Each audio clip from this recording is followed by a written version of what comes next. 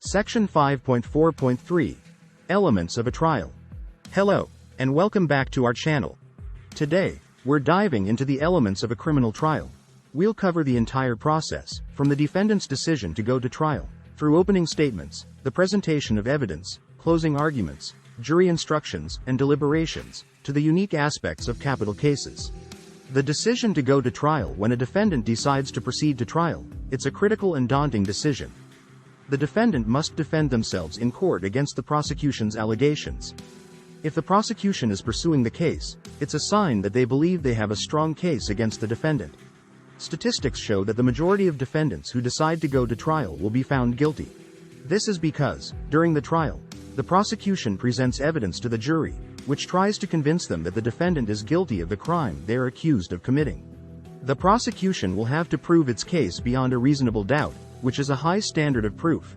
However, if the prosecution succeeds in meeting this standard, the defendant is likely to be found guilty.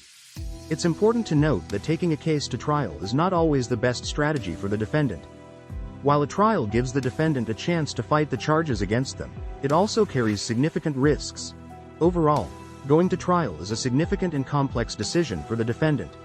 It requires the help of an experienced criminal defense attorney. Opening statements. When a criminal trial commences, both the prosecution and defense teams make statements to the jury about what they intend to prove. As per legal custom, the prosecution goes first because it has the burden of proof. These statements, called opening statements, are not supposed to be argumentative but rather provide a roadmap of what the evidence will show. Both the prosecution and defense are required to limit their comments to the facts and evidence that will be presented during the trial. However, lawyers will often add a dramatic flair to their opening remarks, infusing elements of argumentation to help convey their point of view. The purpose of the opening statements is to provide a roadmap to the jury, explaining what evidence will be presented and how the evidence supports the party's position. It also serves to set the tone for the trial and establish a connection with the jurors. Overall, the opening statements of a criminal trial serve as an important opportunity for the prosecution and defense to lay out their respective cases and establish credibility with the jury. The role of evidence in a criminal trial. Both the prosecution and defense are required to support their respective factual assertions with evidence. There are various types of evidence used in court. Testimonial evidence is a statement made by anyone with knowledge of an event, while direct evidence is evidence that directly proves a fact in question. Circumstantial evidence creates an inference that a fact exists. In a criminal case, the burden of proof is on the prosecution. Technically, the defense does not have to prove anything to prevail. However, most defense attorneys present evidence to counter the evidence presented by the prosecution. Hearsay is generally not admissible in court, but there are several exceptions to this rule. Hearsay is testimony that a person testifying has no direct knowledge of the facts, making it secondhand information. One of the most commonly referenced exceptions to the hearsay rule is the dying declaration. A dying declaration is a statement made by a person who believes they are about to die, and the logic behind this exception is that such people have no reason to lie, and their truthfulness can be assumed.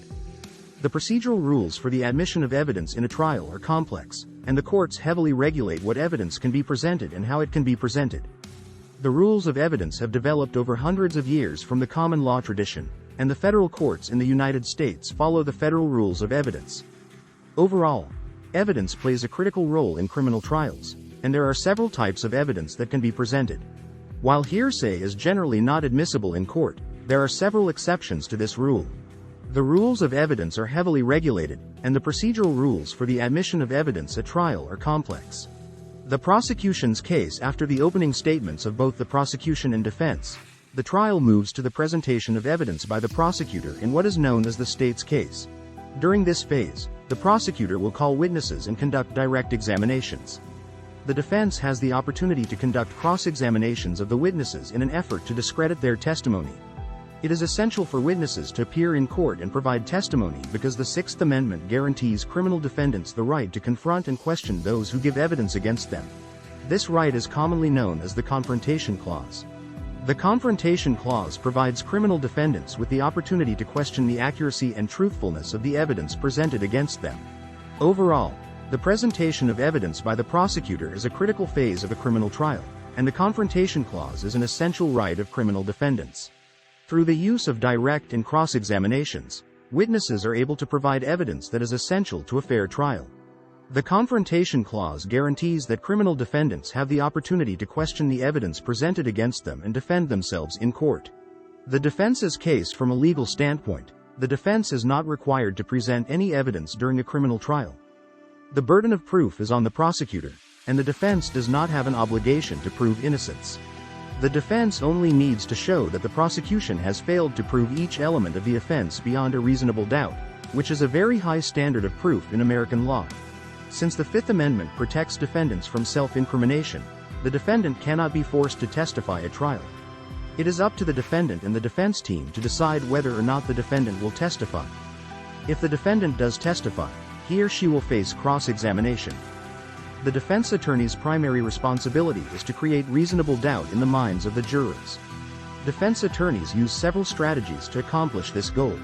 One common strategy is to present an alibi, which establishes that the defendant could not have committed the crime because he or she was somewhere else at the time the crime was committed. Another strategy is to provide an alternative account of the evidence that links the defendant to the crime, casting doubt on the prosecution's case. Additionally, the defense may challenge the credibility and competence of the prosecution's witnesses.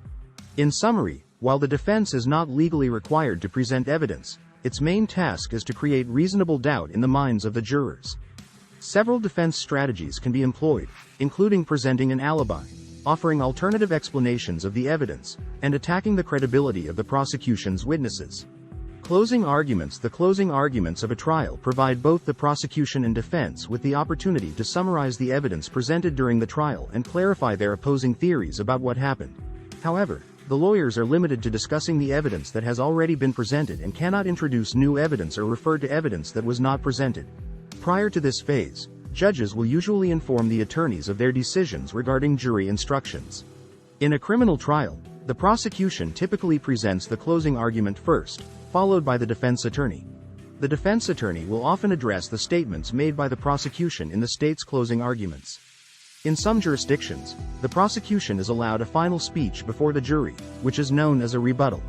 The closing arguments are an essential part of a trial because they allow the prosecution and defense to provide the jury with their final thoughts and opinions on the case. Through their closing arguments, the lawyers can remind the jury of the key points and evidence presented during the trial and attempt to persuade them to accept their theories of the case. Jury instructions: before the jury can begin their deliberations, the judge will give them instructions on how to apply the law to the case at hand. These instructions are known as jury instructions. They typically include the elements of the offense charge, how to apply facts to the law, and the definition of pertinent legal concepts, such as beyond a reasonable doubt. The judge may also include the possible verdicts that the jury can reach in the case.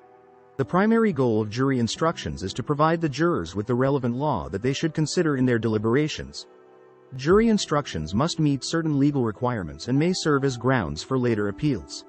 Therefore, judges often collaborate with attorneys from both sides in crafting the jury instructions. These instructions aim to ensure that the jurors are fully informed of the applicable laws and legal standards they should apply when deliberating on the case. Jury instructions are typically given orally, but jurors are usually provided with a written copy to use during deliberations. The jury instructions phase is crucial in a criminal trial as it provides the jurors with the relevant law and legal concepts to apply to the case. The instructions are given orally and provided in written form to the jurors for reference during deliberations. Jury deliberations: once the jury has received the judge's instructions, they are sequestered for deliberations. This process involves the jurors discussing the evidence presented during the trial and working towards a verdict. Deliberations are conducted in private to ensure that the jurors can freely express their thoughts and opinions without outside influence. During the deliberation process, the jury will discuss the evidence, review witness testimony, and apply the judge's instructions to the case. The jury will attempt to reach a consensus on the defendant's guilt or innocence, and this process can take several hours or even days. If the jury is unable to reach a unanimous verdict, the judge may declare a mistrial, and the case may be retried with a new jury. It is important to note that jury deliberations are confidential, and jurors are not allowed to discuss the case with anyone outside the jury room. The jury deliberations phase is crucial in a criminal trial as it allows the jurors to discuss the evidence and work towards a verdict. The deliberations are conducted in private to ensure that jurors can freely express their thoughts and opinions without outside influence. If the jury is unable to reach a unanimous verdict, the judge may declare a mistrial, and the case may be retried with a new jury. Capital cases, which involve the possibility of the death penalty, have several unique features. Capital defendants are entitled to 2 attorneys, given the gravity of the potential penalty. Capital cases are typically bifurcated into 2 phases: the guilt phase and the penalty phase. The guilt phase is conducted like a standard criminal trial, and if the defendant is found guilty, the trial moves to the penalty phase. The purpose of the penalty phase is to determine the appropriate punishment for the defendant. The jury's decision must be unanimous, and if they cannot reach a unanimous decision, the judge may impose a sentence of life imprisonment without the possibility of parole. And there you have it, a comprehensive look at the elements of a criminal trial. From the defendant's decision to go to trial, through the presentation of evidence, to the unique aspects of capital cases, we've covered the key components that make up the trial process. Understanding these elements is crucial for anyone interested in the criminal justice system or involved in a trial. Thank you for joining us today, and if you found this video helpful, be sure to like, comment, and subscribe for more in-depth legal content.